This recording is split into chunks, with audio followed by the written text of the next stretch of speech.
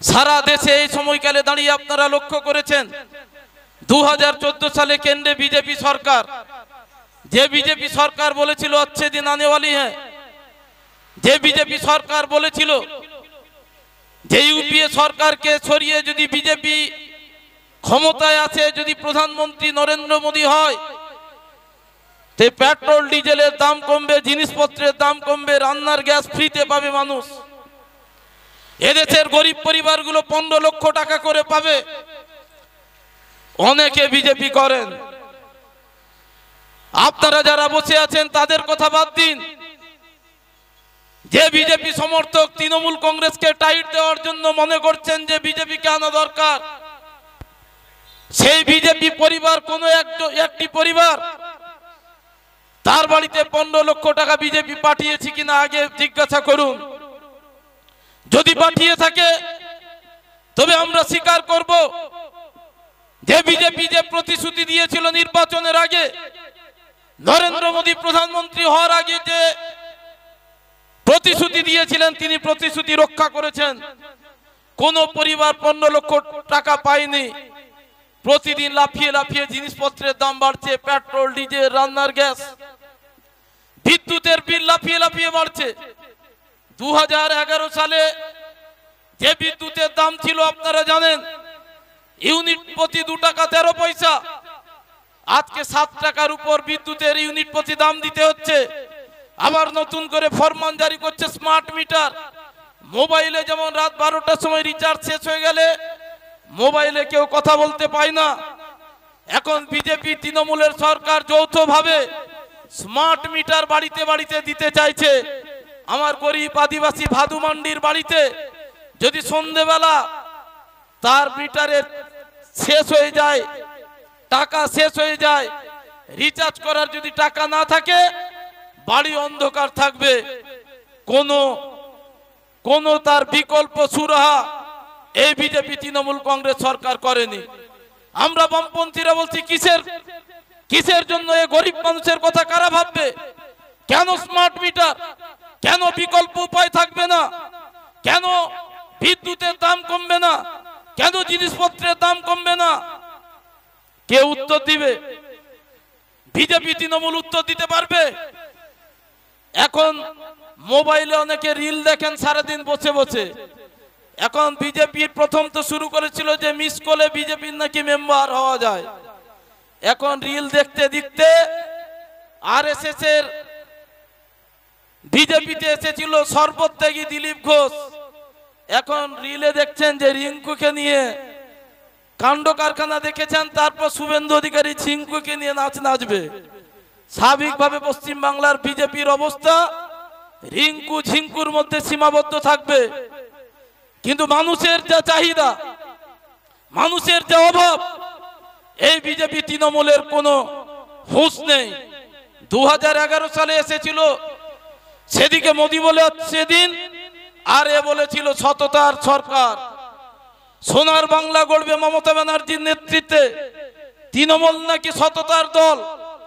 আমার কথা বাদ দিন, এই রাতুলিয়া বাজারে কেউ একজন বিশ্বাস করবে তৃণমূল দলটা সৎ?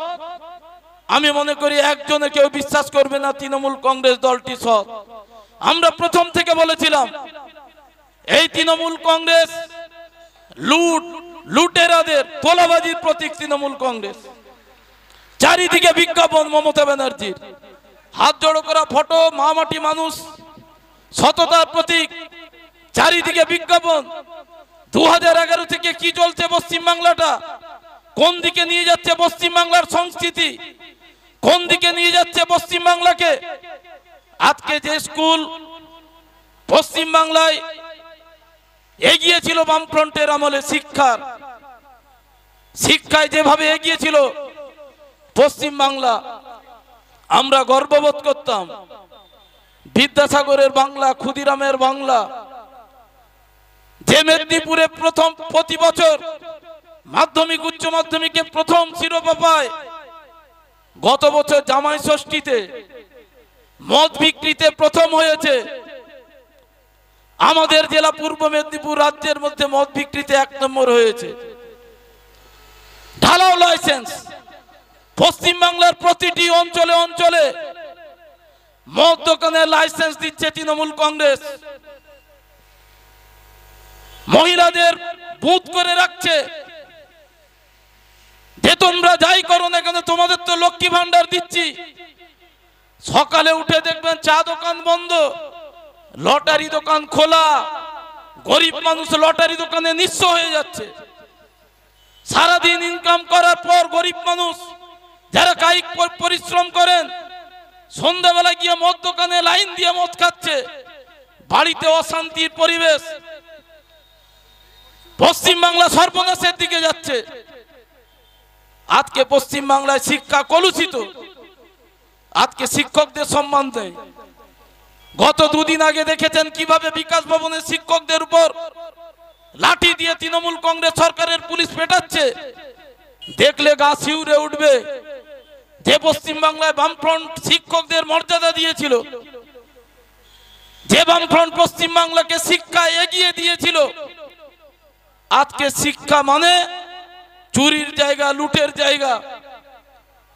আমরা 2011 সালের পর থেকে পরপর বলে আসছি যে তৃণমূল কংগ্রেসের আমলে শিক্ষাকে পণ্যে পরিণত করেছে। টাকা দাও চাকরি নাও, টাকা দিলে তবে চাকরি। 15 লাখ টাকা দাও, 20 লাখ টাকা দাও। মেধাবী ছেলেরা বঞ্চিত হয়েছে। কোন পরীক্ষা না দিয়ে সাদা খাতা দেখিয়ে দিয়ে জমা দিয়ে তাদের টাকার বিনিময়ে চাকরি দেওয়া হয়েছিল।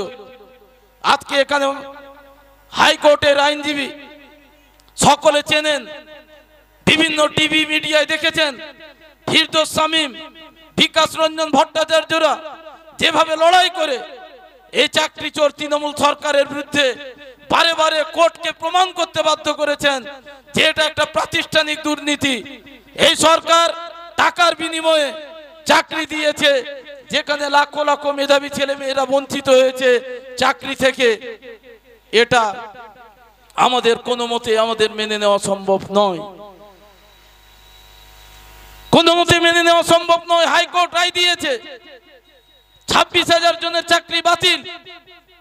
সুপ্রিম কোর্টে গিয়েছিল রাজ্য সরকার আমার আপনার ট্যাক্সের টাকা দিয়ে কোটি কোটি টাকা খরচ করে উকিল দাঁড় করিয়েছিল যে 26,000 জন যারা অনেকে যোগ্য থাকা সত্ত্বেও বাকিরা যারা টাকার বিনিময়ে চাকরি পেয়েছিলেন তাদেরকে রক্ষা করতে চেয়েছিলেন আমার আপনার ট্যাক্সের টাকায়। কিন্তু মহামান্য সুপ্রিম কোর্ট তারা সঞ্জীব খান্নার নেতৃত্বে প্রধান বিচারপতির বেঞ্চ 31 ডিসেম্বর পর্যন্ত সময় দিয়েছেন যে চাকরির মেয়াদ, তারপর তারা চাকরি করতে পারবে না। আর যারা সি এবং ডি গ্রুপে ক্লার্ক পোস্টে চাকরি পেয়েছিলেন সম্পূর্ণ ঘুষের বিনিময়ে তাদের চাকরিকে খারিজ করে দিয়েছে।